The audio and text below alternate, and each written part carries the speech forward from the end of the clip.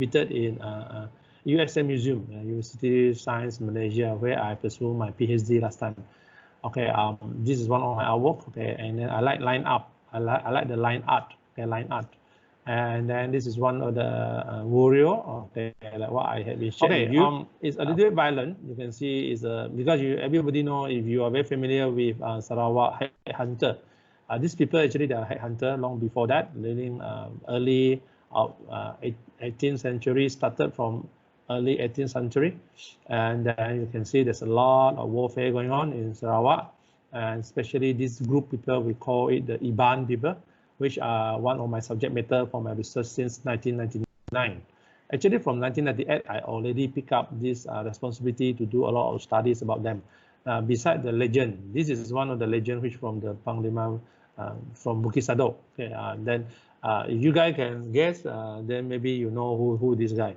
But for me, I seldom use a name for a particular characters because you need to beware of certain things. For example, if these characters, the descendant is around, so they'll come to do the lawsuit to you. They'll try to sue you if your story is not right. Okay, that's why for me, I prefer I give a location name. For example, Panglima Bukit Sadok is the warrior from the Mount of Sadok. So let them guess.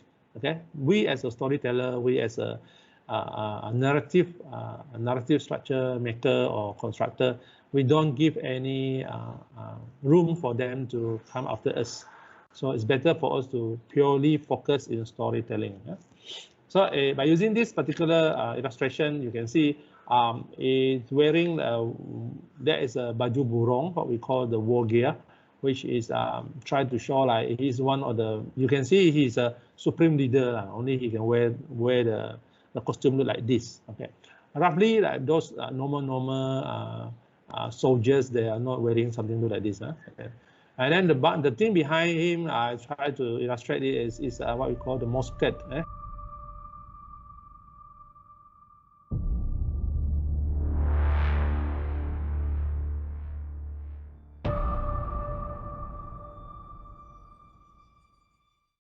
The musket which they have been captured it from the Sambas side. Sambas means to say somewhere nearby the Dutch Borneo. See, this is the detail. Okay, this is the detail.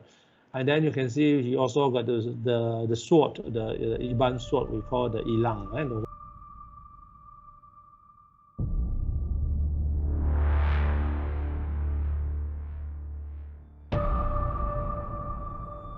One next to it. If you look at my cursor, this is the thing. Okay, so do believe all this bird and also this particular handle actually is they have been crafted from a human bone, our big bone from our leg. Because why they want to do it? They want to show they are very brave, and then if they have that type of bravery, so they are not scared in terms of fighting or whatever, you know. And then this is what we call the terabai or the shield. Okay.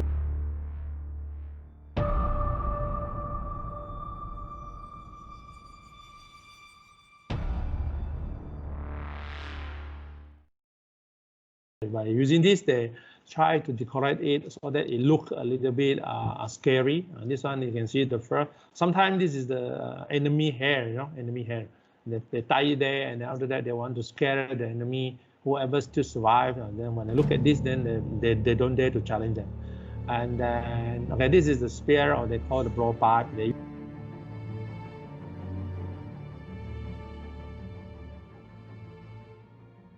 use this to do like, now they try to shoot people from a long distance, so they use this. And in front is a spear, they can stab people. So, okay. And then one thing you need to be very sure, which I used to share with you guys in your previous other subject, which you try to do the prop design. Why the spear have a lot of like curvy, like this, is because of they want to let go of the blood when they stab on the enemy. Okay, they want the enemy to lose the blood. Like, imagine like your car. If your car losing the petrol, that means to say they cannot move. So this is one of the purpose why they design the weapon look like this. Okay? And the head, why they want to chop the head? This is the trophy. They want to show like they are the warrior, and then they don't scare or anything. So they chop the enemy head, and then they'll try to show it to the enemy. You see, even your leader, even your people also are there to chop. Who are you for them?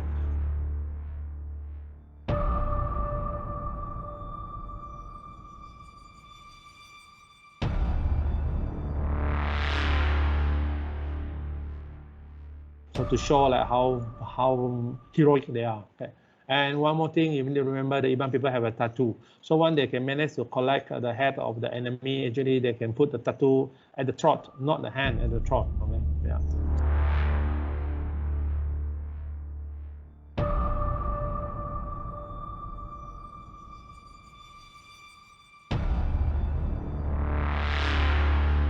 So this is one of the interpretation from the illustration. I hope you also can do this type of interpretation one day from your own sketch. Okay. So this is from me.